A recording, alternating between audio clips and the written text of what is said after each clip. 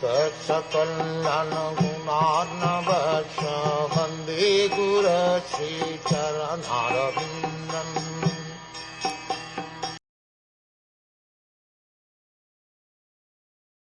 Thereafter, he passed through very wealthy provinces like Surat, Savir and Matsya, and through western India, known as Kurujangal.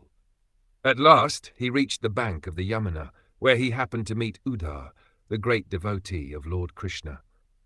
The tract of land comprising about 100 square miles from modern Delhi to the Mathura district in Uttar Pradesh, including a portion of the Gurgaon district in Punjab, East India, is considered to be the topmost place of pilgrimage in all of India.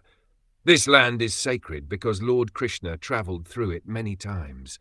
From the very beginning of his appearance, he was at Mathura in the house of his maternal uncle Kamsa, and he was reared by his foster father Maharaj Nand at Vrindavan. There are still many devotees of the Lord lingering there in ecstasy in search of Krishna and his childhood associates, the gopis.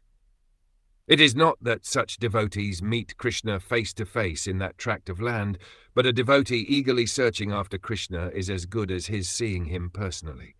How this is so cannot be explained, but it is factually realized by those who are pure devotees of the Lord.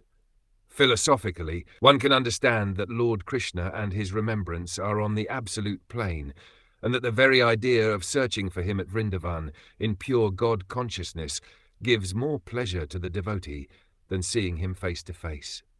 Such devotees of the Lord see him face to face at every moment, as confirmed in the Brahma Samhita. Those who are in ecstasy of love with the Supreme Personality of Godhead, Lord Shyam Sundar Krishna, see him always in their hearts due to love and devotional service rendered to the Lord.